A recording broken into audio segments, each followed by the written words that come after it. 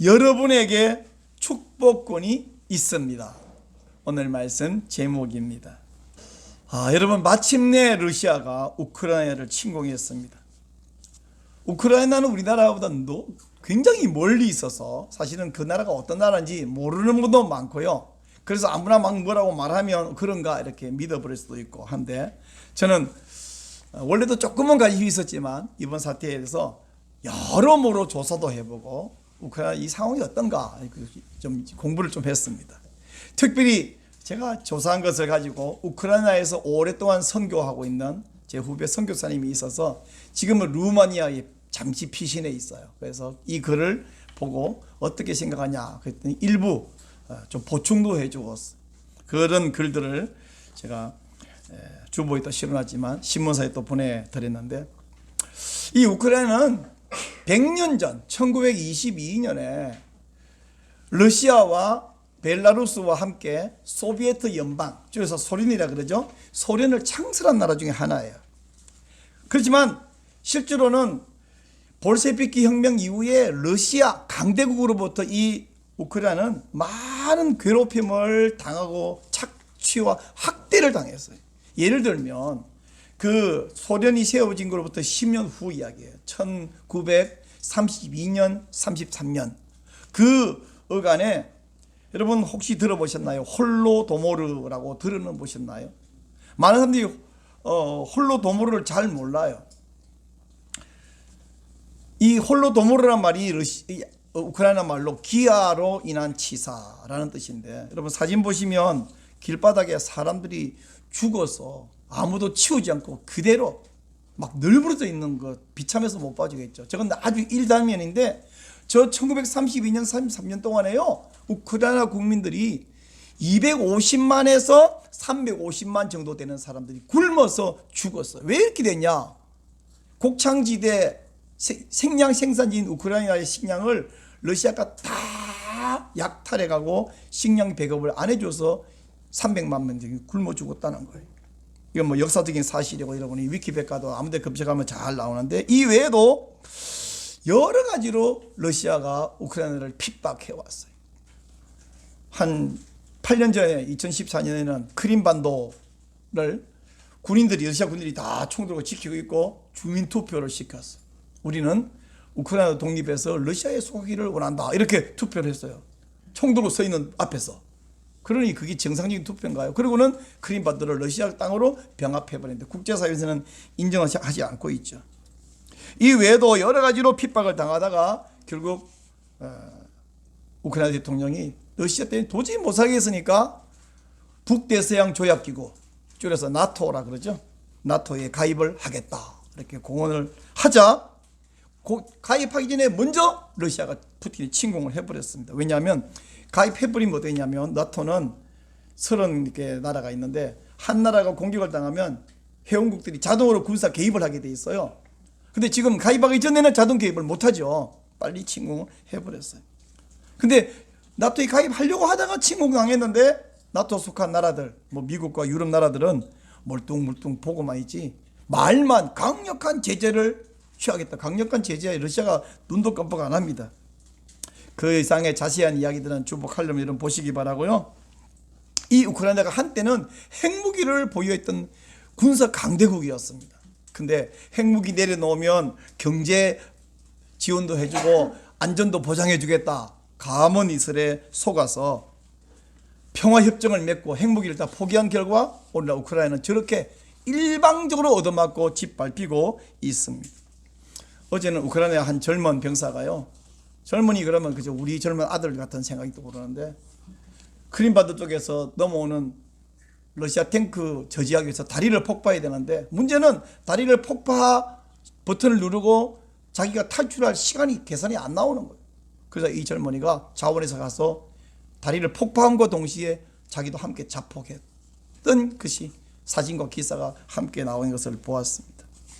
이외에도 얼마나 슬픈 일이 많은지, 우크라이나 여성들과 어린아이가 폴란드 국경을 넘는 이런 피난 장면들, 너무 비참한 소식들이 전해지고 있는데, 이런 걸 보면서 이 우크라이나 대통령이 출신이 코미디언 출신이라서 정치를 코미디식으로 했다. 저거는 러시아가 침공할 빌미를 줬다. 여러분, 이렇게 말하는 것은 매정하고 무지한 소리입니다. 그건 마치 6.25 전쟁은 우리나라 이승만이가 저 김일성에게 침공할 빌미를 줬다. 임진왜란은 우리 조선 왕이 일본에게 침공할 빌미를 줬다. 병자호란은 우리 왕이 천국에 빌미를, 이렇게 말하는 것처럼 못된 소리죠. 그렇게 말하면 안 되죠. 저 여성이 성폭행 당한 것은 저 남자에게 빌미를 줬다, 이렇게 말하면 됩니까? 그게 말이 안 되는 말입니다. 여러분, 우리가 지금 이렇게 평화롭게 예배드리는 것이요, 저는 감사함을 넘어서 막 그분들 생각하면 미안하기까지. 여러분, 한 사람 한 사람이 우크라이나에 속히 평화가 회복되기를 기도해 주시기를 바랍니다. 혹 여러분 어떤 사람이 속으로 에이 목사님, 안 된 이야기지만 나 한 사람이, 더구나 뭐 나 같은 별 볼 일 없는 사람이 기도한다고 뭔 일이 있을까요? 라고 생각하시면 큰 오해입니다. 왜 오해냐면 여러분 한 분 한 분의 기도에는 엄청난 권세가 있다는 사실을 믿으시기 바랍니다. 바로 우리 한 사람의 말에, 나 한 사람의 기도에 얼마나 큰 권세가 있는가라는 사실을 확인해 드리기 위해서 오늘 본문 야곱과 동행하신 하나님, 하나님과 동행한 야곱의 이야기를 들려드릴 테니까 잘 들어보시기 바랍니다. 야곱이 나이 많이 돼서 애굽의 바로 앞에 갔어요. 바로가 노인장 연세가 얼마시오? 이렇게 물을 때에 야곱은 130세입니다 라고만 말하면 되는데, 묻지도 않는데 한마디 덧붙여 말합니다. 험악한 세월을 보내었어요. 야곱은 자신의 생애를 한마디로 줄여서 130년 생애가 험악한 세월이었다 라고 말하는데, 야곱이 험악한 세월이 많았어요. 대표적인 예로 한 다섯 번 정도의 고비가 있었는데, 첫 번째 고비는 야곱이 에서 형과 경쟁하다가 형이 죽이려고 그러니까 죽지 않으려고 바단 어람으로 도망간 적이 있죠. 야, 얼마나 처량했겠습니까? 두 번째, 외삼촌 집에 무사히 도착했지만 외삼촌 라반의 그 속임수에 능한 이 사람과 경쟁하느라고 정말 바쁘고 힘들었고요. 이 사람은 막 부인과 결혼하겠다는 부인도 속이고요. 라반은 야곱의 품삯을 그저 조사모사 열심히 바꿨고요. 수시로 속여 먹었습니다.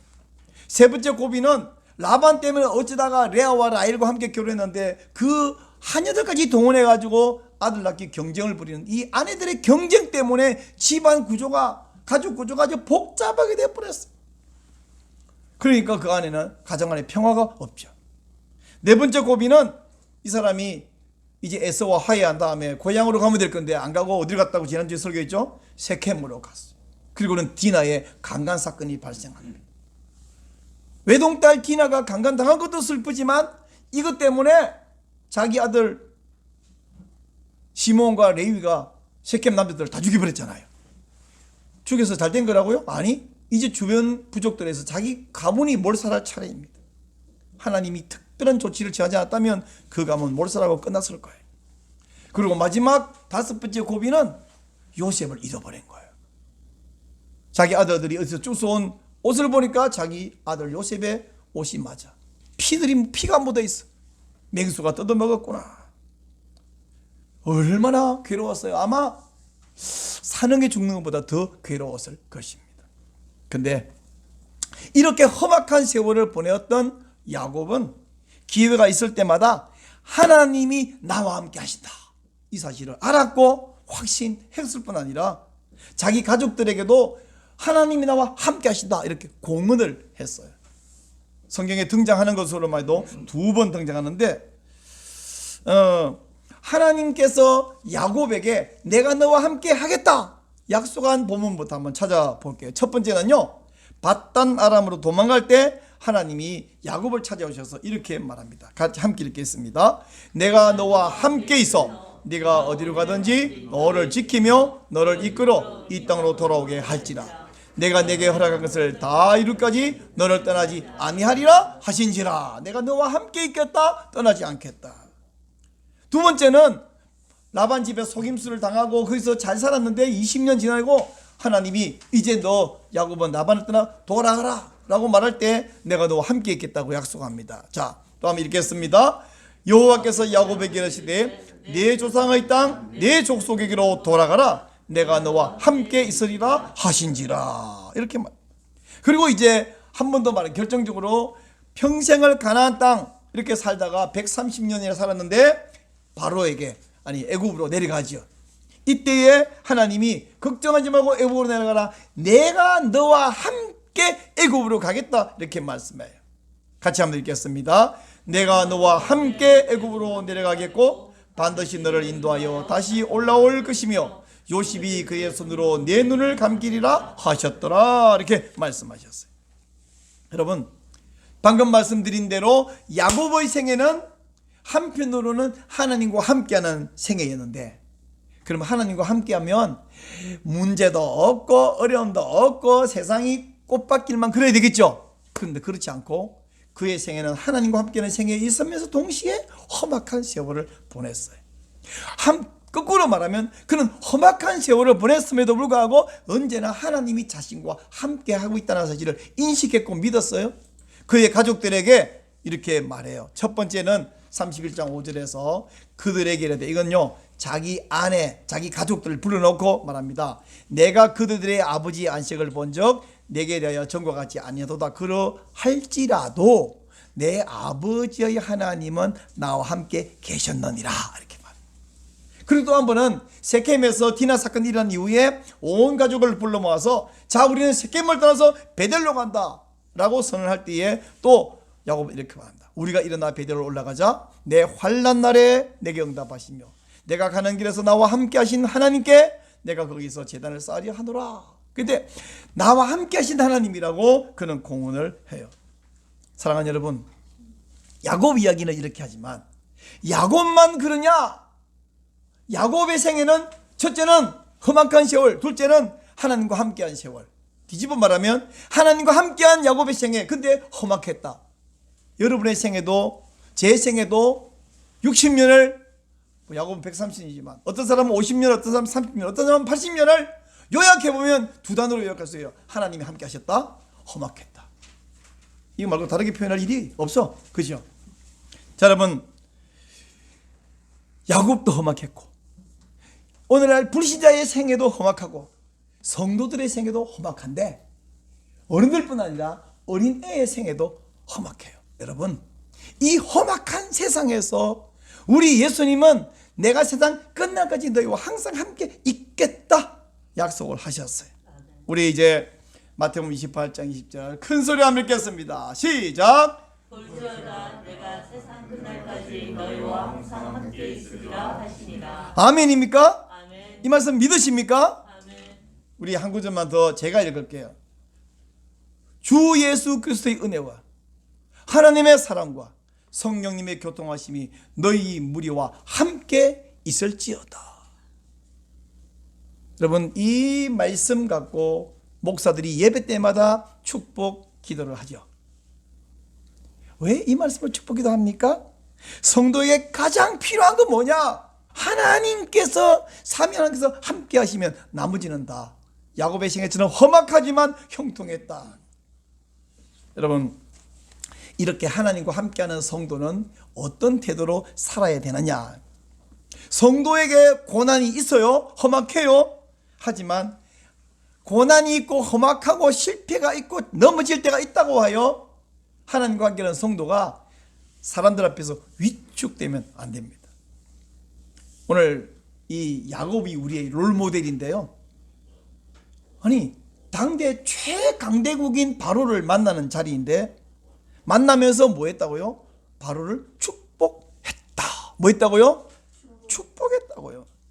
헤어지면서 또 축복하고 헤어졌습니다. 근데 그 당시 바로는 당대 최강대국의 왕일 뿐 아니라 온 애굽 사람들로부터 신으로 떠받들고 신으로 추앙받는 사람인데, 야곱은 어떤 사람이냐? 목축업자로 평생 살은 한 부족의 족장에 불과합니다. 근데 목축업자 야곱은 바로가 온 애굽 사람의 신으로 추앙받지만 저 신은 가짜고 내가 섬기는 여호와가 진짜 신이요 이 땅의 신이라 불림받는 눈에 보이는 혹은 어떤 사람 모든 것보다 이 여호와 하나님이 진짜 높으신 신이라는 사실을 알기에 그 하나님의 이름으로 바로를 축복했던 것입니다. 제가 좀 전에 말한 대로 그냥 연세가 얼마시오? 나이가 얼마냐? 이렇게 물으면 살다 보니 뭐 어쩌다 보니 나이만 먹었네요. 130년이나 살았어요. 이러고 끝나면 되는데 묻지도 않는 말을 해요. 험악한 세월을 보냈나이다. 험악한 세월. 여러분 인생길은 누구나 험악한 법이에요. 왜 험악하냐? 에덴 동산에서 나온 이후에는 우리는 다 험악해요. 왜? 하나님 말했잖아요. 은근기와 가시가 내 앞에 있을 것이다. 이 말은 꼭 그 은근기 가시 풀만 말하는 것이 아니라 온 지구 자연 다 타락해서 우리 인생은 험악하다. 근데 험악하게 보냈음에도 불구하고 자기와 함께 하신 그 하나님을 자랑하고 선포한 것입니다. 여러분 생애도 돌이켜보시면 집사님 참 험하게 보내셨죠. 그죠? 참 인생 돌리면 험악해요. 때로는 어떤 사람이 나를 험하게 만든 것 같이 원망도스럽고, 때로는 그때 내가 왜 그렇게 바보 같은 짓 했는가 싶어서 후회스럽고 부끄럽고, 어쨌든 종합적으로 험악하게 보냈어요. 지금 참 험하게 보냈어요. 그죠? 어떤 사람이라도 그 사람의 험악한 이야기를 10분, 20분, 30분 들어주면 다 붙들고 울어줘야 돼. 여러분 저도 험악하게 보냈어요. 멀쩡하게 보이죠? 박스 가운도 있고 괜찮아 보이죠? 저도 참 험악하게 보냈어요. 근데 여러분 험악하게 보낸 우리가 비록 험악하게 보냈지만 신앙생활을 하는 신앙인의 자세는 뭐냐면 나와 함께 하신 하나님을 자랑스럽게 여기면서 그 하나님의 이름으로 내가 너보다 훨씬 높아, 훨씬 더 그거 없어요. 지금 야곱이 바로보다 그렇지 않아요. 그런 불구하고 내가 비록 험악하게 살았어요. 130년. 그러나 당신 앞에 하나님의 이름으로 복을 빌어주겠소. 이 축복해주는 이 마음이 필요한 거예요. 상대방이 나보다 지위가 높고 재산도 많고 나이도 많고 잘나 보일지라도 그 사람이 문제가 아니에요. 그 사람과 나 관계가 아니라 내가 모시고 있는 하나님이 위대하시기에 그 하나님의 이름으로 상대방에게 복을 빌어줄 수 있는 줄을 믿으시기 바랍니다. 아멘. 여러분 우리는 세상을 하나님의 이름으로 축복해야 돼요. 그러기 위해서 성도가 사람 앞에 기죽지 말아야 돼. 기죽지 말라니까 교만해라 이런 말이 아니라 나는 아무것도 아니고 위축돼 버리면 안 돼. 내가 함께하는 또 나와 함께하는 그 하나님에 대하여 자부심을 가지라는 거예요. 그렇지 않으면 하나님이 매우 섭섭하셔요. 여러분 여러분이 기도할 때 아유 나 같은 게 뭐 이러지 말고 여러분이 하나님 이름으로 복을 빌 때 하나님이 그 여러분의 말에 따라서 상대방에게 복을 주신다는 사실을 아시나요? 아셔야 됩니다. 믿으시기 바랍니다. 자 예를 들어 봅시다. 우리 손 집사님이 주문해서 10만 원을 꺼내갖고 우리 최 집사님에게 줘요. 그 최 집사님이 고맙습니다 그랬더니 지도 주문해서 10만 원을 꺼내더니 손 집사님이 줬어요. 자 둘이 마주 앉아가지고 우리 10만 원 주고 10만 원 줬어요. 자 누가 부자 됐죠? 그걸 보고 전라도 말로 뻘짓이라 그럽니다. 뻘짓. 아무 남는 게 없어요. 근데 이제 얘기를 다르게 해볼게요. 달려보세요. 손 집사님이 최 집사님 말고 한 3분 동안 붙들고 간절히 축복하며 기도했어요. 최 집사님 고맙습니다. 손 집사님 붙들고 축복해서 3분 동안 기도했어요. 그럼 본전인가요? 아닙니다. 서로 하나님의 복을 받는 거예요. 영적으로, 육적으로, 경제적으로, 건강적으로 복을 받는 거예요. 나도 10만 원, 너도 10만 원 서로 주고받으면 끝. 아무것도 안 남지만 나도 당신을 위해 축복하고 당신도 나를 위해 축복하면 하나님 이름으로 서로 복을 받는 것입니다. 믿으시기를 바랍니다. 얼마나 놀라운 일인가요? 또한 우리 성도는 이 세상을 향하여 이 나라를 향하여 평안을 비는 기도를 해야 합니다. 아니 해야 할 뿐 아니라 하면 그 여러분의 입술의 말에 따라서 복이 임하는 것을 믿으시기 바랍니다. 일찍이 예레미야가 유다 백성이 망하고 바벨론으로 포로로 끌려갈 때 뭐라냐면 바벨론으로 끌려가서 거기 가서 살거들랑 그 바벨론의 평안을 위하여 축복하며 기도하라고 이야기했어요. 자 봅시다. 예레미야 29장 7절 시작. 너희는 내가 사로잡혀 가게 한 그 성읍의 평안을 구하고 그를 위하여 여호와께 기도하라. 이는 그 성읍이 평안함으로 너희도 평안을 것입니다. 그 사는 그 기가 평안해야 니도 평안하니까 평안을 위해 기도하라고 그랬어요. 근데 아니 바벨론은 유다를 멸망시킨 원수의 나라이고 하나님의 성전을 파괴한 사악한 놈들인데 그들을 축복하면 말이 되나요? 안 되나요? 근데도 하나님은 축복하고 평안을 빌고 기도하라 그랬어요. 존 칼빈이라는 위대한 스승님은 말했어요. 디모데전서를 인용하면서 우리를 다스리는 통치자들의 성품이 어떠하든지 간에 그들을 축복하며 기도해야 된다라고 이야기했어요. 그래서 이 말씀을 인용합니다. 제가 한번 읽을게요. 그러므로 내가 첫째로 권하노니 모든 사람을 위하여 간구와 기도와 도구와 감사를 하되 임금들과 높은 지위에 있는 모든 사람을 위하여 하라. 이는 우리가 모든 경건함과 단정함으로 고요하고 평안한 생활을 하려 함이라. 여러분, 우리가 사는 이 나라를 축복하고 이게 나라가 평안할 때 내가 복을 받는 거예요. 만약에 내가 어떤 사람을 축복했어요. 근데 알고 보니까 그 사람은 복받을 짓을 안 해. 성품부터 행동까지 정말 못된 놈이야. 그러면 그 사람에서 복을 빌었어요. 그럼 그 복이 그 사람에게 갈 만한 사람이 아니야. 그럼 어떻게 되죠? 어떻게 되느냐? 우리 예수님이 이렇게 말씀했습니다. 자, 여러분 잘 생각하면서 읽어보세요. 시작. 그 집이 이에 합당하면 너희 빈 평안이 거기 임할 것이요 만일 합당하지 아니하면 그 평안이 너희에게 돌아올 것이니라. 이게 무슨 소리예요? 어떤 사람 우리에게 말합니다. 당신 목사가 돼갖고 당신 교회 집사가 돼갖고 저 못된 사람을 축복하고 그게 말이 됩니까? 예수님이 말했어요. 축복해라. 그 사람에게 축복이 합당하지 않으면 그 축복이 공중으로 날아간다고요? 어디로 간다고요? 내게 온다고요. 참, 이 말을 뒤집어 볼까요? 어떤 사람을 그냥 막 저주를 해요. 못된 놈이라고 망하라고. 자, 이 원리대로라면 근데 그 사람이 그렇게 저주받은 행동을 안 했어. 그를 못된 사람이 아니야. 그러면 그 저주가 어디 간다고? 내게 온다고. 부메랑 된다고. 부메랑. 그럼 우리 입으로는 저주해야 돼요? 복 빌어야 돼요? 복 빌어야 돼. 근데 그 복빔이 그냥 돈을 차라리 100만 원 줘야 도움이 되지. 이 말이 무슨 의미가 있냐가 아니라 이 말은 여러분 말은요 하나님이 세상을 만들 때 사용했던 도구예요. 아시죠? 빛이 있어야 이게 빛이 생겨버리고 없는 빛이. 근데 그 말을 우리에게 주셨어. 이걸로 사용해라. 어디 사용하냐? 축복한 데 사용하고 찬양한 데 사용하고 칭찬한 데 사용하고 격려한 데 사용하고. 여러분 말 한마디 하면 사람이 살고 말 한마디 하면 죽는 거 아시죠? 아시죠? 살리는 데 쓰라는 거예요. 복빈데 쓰라는 거예요. 우리에게 말을 주셨어요. 말은 대단한 것입니다. 이제 아시겠죠 여러분? 축복하는 권세, 줄여서 축복권이 누구에게 있다고? 누구에게 있다고? 축복권이 누구에게 있다고? 정신 차리세요. 축복권이 누구한테 있다고? 목사님한테 있다고? 목사님한테도 있어. 목사님한테만 있는 게 아니라 여러분에게 있어요. 아멘입니까? 아멘. 그러므로 여러분 영접하는 자 곧 그 이름을 믿는 자들에게는 하나님의 자녀가 되는 권세를 주셨다고.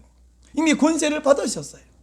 별볼 없고 빌빌거리는 사람이 아니라 목사님은 대단하고 나는 아무것도 아닌 게 아니라 목사님도 대단하죠. 나도 대단하다. 따라오세요. 나도 대단합니다. 나도 대단합니다. 교만하라는 얘기 아니라 여러분 대단해요. 하나님의 자녀인데 안 대단해요? 여러분의 입도 대단해요. 입이 중요해요. 먹는 데만 중요한 게 아니라 이 말이 사람을 살립니다. 복을 임하게 합니다. 근데도 불구하고 여러분이 다른 사람을 축복하려고 하니까 아구 저분이 나보다 복도 많이 받았고 지위도 높고 공부도 많이 했고 똑똑하고 아이고 나 저분에게 복을 못 빌 것 같아. 혹시 그럴까 싶어 제가 두 사람이 이야기를 할게요. 저의 후배 목사 한 사람, 저보다 나이가 좀 든 사람 한 사람, 두 사람 이야기해요. 제 후배 가운데 군목으로 근무했던 황 목사가 있는데 이 목사가 군대에 있을 때 이제 대위 계급장을 달고 있어요. 근데 자기 군대 교회에 나오는 집사님 가운데 중령이 있어요. 여러분 우리가 볼 때는 똑같지만 군인들 사이에 대위와 중령은 하늘 땅 차이잖아요. 근데 이 대위 젊은 30대 초반의 목사가 중령 나이도 지긋한 집사님 머리 위에 감히 손을 올려 주의 이름으로 하나님의 이름으로 축복을 빌어주는 거예요. 기도해 주는 거예요. 그 중령이 아무리 목사도 이거 기분 나쁘네 이랬을까요? 아닙니다. 여러분, 군인은 뭘 하냐면 이 높낮이의 권세에 대해서 누구보다 아는 게 군인인데, 이 사람은 지금 어깨에 달린 계급장을 보는 게 아니라 목사님과 함께하는 하나님의 권위를 보는 거죠.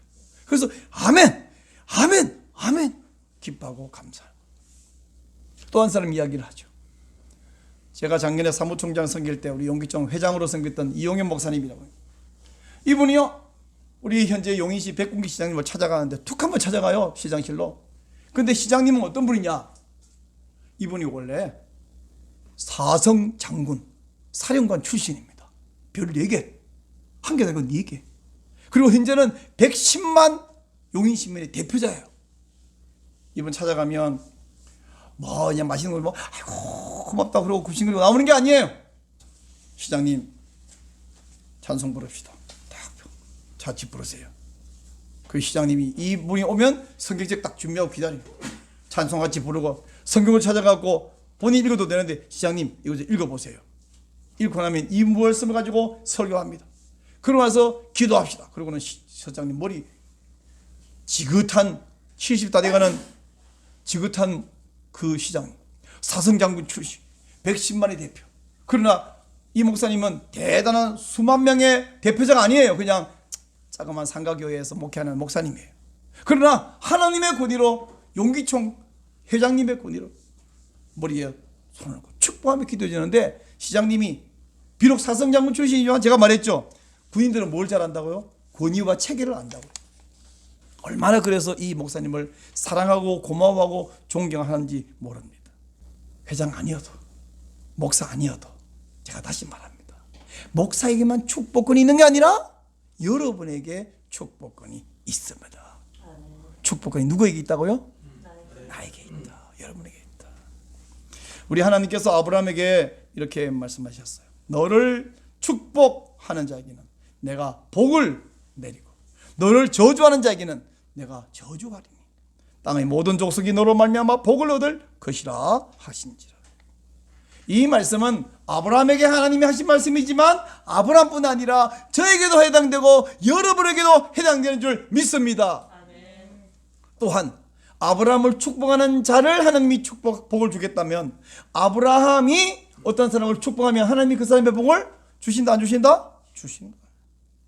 그러므로 여러분, 첫째, 하나님이 나와 함께 하신다는 사실을 믿으시기 바랍니다. 여러분도 하나님과 동행하고 계시죠? 그러므로 이 사실을 믿는 여러분은 세상 사람에게 주눅들지 말고 하나님의 이름으로 축복하는, 기도하는 여러분 되시기를 바랍니다. 지금 대통령 선거 딱 열흘 남았어요. 누가 더 훌륭한 사람인가 생각이 서로 다르니까 교회에서는 하지 말고 밖에 나가 친구들끼리 하고, 중요한 것은 저는 이렇게 말합니다. 하나님, 이 대한민국을 정말 잘 이끌고 갈 뿐만 아니고 예수님 믿기 좋은 나라로 만들어 갈 대통령을 하나님이 뽑을 수 있도록 국민들에게 그런 마음을 한 사람에게, 어느 그 사람에게 모아 주시옵소서. 이렇게 기도할 때 우리 하나님께서 그 기도를 들어주시고 우리나라를 좋은 나라로 만들 대통령을 뽑아 주실 줄로 믿습니다. 오늘 여러분, 제가 설교 끝마치고 좋은 말씀이라고 집에 가는 것이 아니라 여기서 축복 안 하면 나가서 남을 축복하겠습니까? 이렇게 하겠습니다. 첫째는 제가 여러분을 위해서 축복하며 기도하겠어요. 둘째는 여러분 다 함께 이 목사를 축복하며 기도해 주시기를 바랍니다. 그리고 세 번째는 우리 함께 이 대한민국을 축복할 뿐 아니라 저 우크라이나 강대국에게 아주 괴로움을 당하고 있는 우크라이나 국민들을 위해서 그들에게 평화가 회복되도록 간절히 기도하겠어요. 마지막으로는 우리가 서로를 위해서 축복하는 시간을 가지도록 하겠습니다.